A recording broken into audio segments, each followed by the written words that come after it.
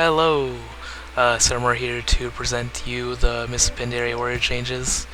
I'm aware that Swifty made a video showing these features, however, that was from an ARMS point of view, whereas mine is mainly from a Fury point of view.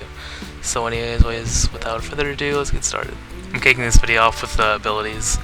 I'll be covering new abilities such as Wild Strike, as well as some of the old abilities that got changed, such as Stroke Strike and Bloodthirst.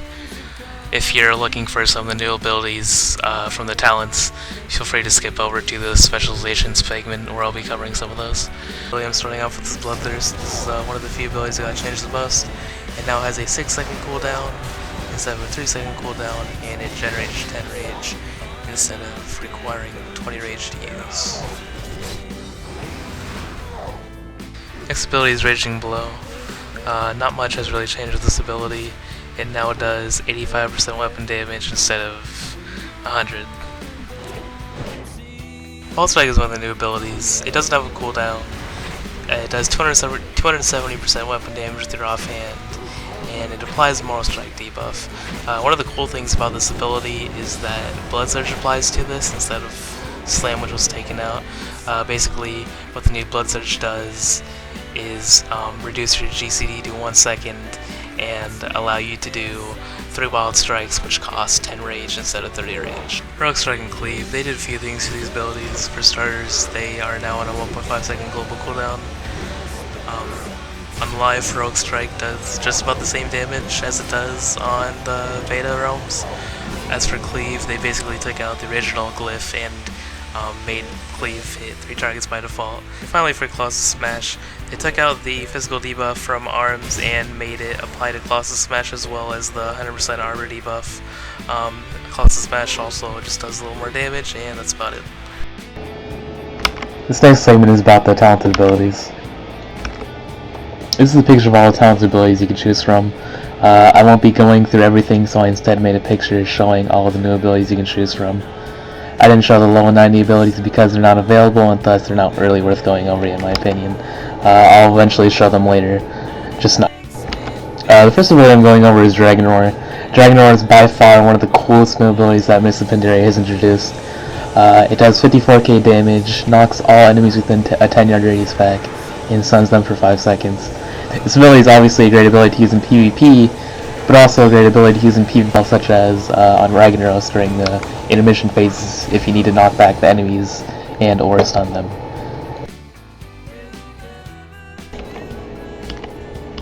Shotgun looks the same as it does on the live realms, except it is now exclusive to all specializations instead of just being limited to protection.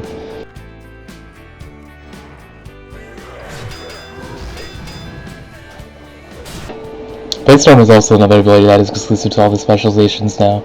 Bladestorm not only does 75% weapon damage instead of 150%,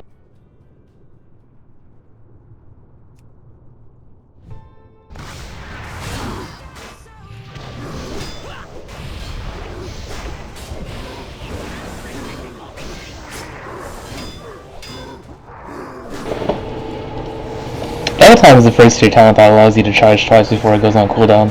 I can't really see it being very useful for most fights in PvE, however there is a possibility that it could end up being very useful for a select few. Miss Pandaria features a whole new glyph system. They took out prime glyphs, made major glyphs affect your gameplay, and made minor glyphs do fun things that don't change the mechanics of any abilities. For example, the astral glyph that Moon can have, which changes the modular form into something like a humanoid version of Algalon. The first group of glyphs I'll be covering will be the minor glyphs.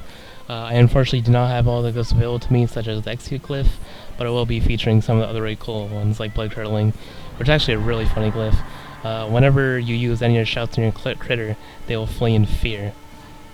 The next glyph I'm going to show is Glyph of Mystic Shout. This glyph is kind of weird. Whenever you use a shout, your character will levitate for a second, and then fall to the ground. I'm not really sure what to think of it. I'm sure some people will like it, but it's not really my thing.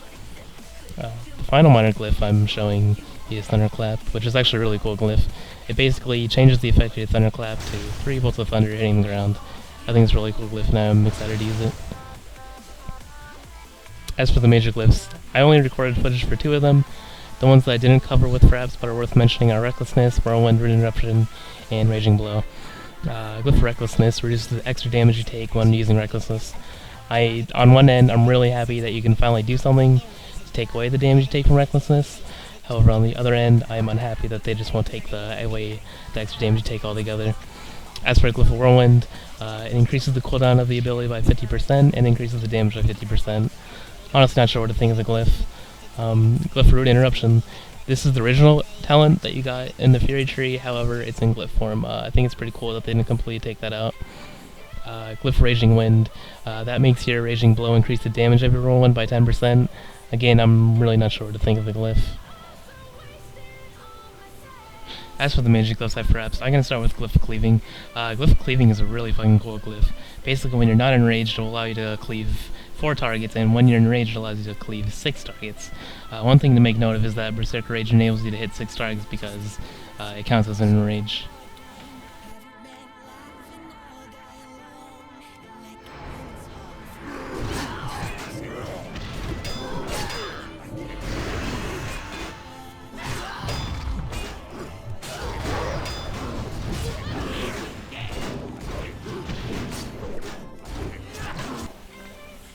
And finally, Glyph of Range Speed.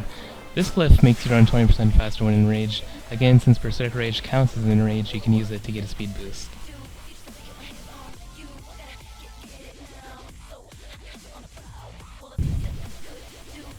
Overall, I'm honestly not sure what to think of the word changes. For starters, I am happy that Bloodthirst now generates rage instead of requiring rage. I'm not really sure what to think of the cooldown change. I'll miss it being on a 3-second cooldown, but I'll easily adjust to it. Raging Blow does not hit hard at all. I'm sure the numbers will be adjusted soon. It's still beta, mind you, so they're just testing things out. For Heroic Strike and Cleave, there are now really cool abilities. I'm happy to see that they decided to take out Inner Rage and just reduce the cooldown of both of these abilities to 1.5 seconds. I'm honestly not sure what they're going to do with our 2-piece now with these changes. Hopefully they adjust them. As for Wild Strike, I think it's a really cool ability, and I'm really happy with what they did with Blood Surge. However, as some have already stated on the WoW forums and all that, those pages, I don't really feel it's an ability worth using unless you have Blood Surge procced because of the rage cost, which brings me to my next point. I'm really unhappy with the RNG and rage flow we now have. With the way Enraged was reworked, it feels like our class is even more RNG dependent. For those who don't know, Enraged now procs off of special ability crits, no longer white hits, and it increases your rage generation for melee swings. I think the mechanic itself is really cool, but with how low our crit is now, it's really shitty trying to get an Enrage proc. I also feel that it's hard to maintain a solid rotation with the cost of all the abilities and how our energy works right now. I think a possible solution to this issue would be to either have Enrage last longer or just have it proc off of our auto attack crits as well. As for our AoE, I think Blizzard is going in a step in the right direction with it. Making Berserker Rage stance for AoE stances, I think it's really cool, and I'm honestly impressed with some of the glyphs that they made to help increase our AoE. What they did with Cleave was really cool. I think they should adjust the ability and not make it part of a rage dump though. I would really like to see Cleave being an actual ability that's not deemed as a rage dump and have it attack all targets in front of you instead of just selecting. As for the glyphs, mostly all of them are really cool. I'm impressed with what Blizzard did. I think the glyphs that affect our AoE is really cool, but I think that there should be some glyphs that affect our single target DPS as well, like with what they did with the last ones. The minor glyphs are really amazing. I think the Enrage glyph is hilarious, and I can't wait to use it once it becomes available in the beta.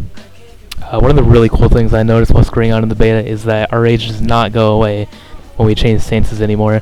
I think this is a really nice change, and I'm happy that something was done about it. In conclusion, I personally think everything Blizzard done with our class is, well, mostly everything Blizzard's done with our class is a step in the right direction. With a few adjustments, I think our class will be a really enjoyable class to play. Overall, Prot, Fury, Arms, and all those specializations that we have. Do not expect much from me. My computer has a really bad processor and can hardly handle recording footage, so the most I could record is 5 mans, possibly 10 mans. I do plan on creating a blog to talk about some of the weird changes in the beta, so if you want to know my thoughts on the changes and the coming changes, keep your eyes peeled on this video for a link to the upcoming blog.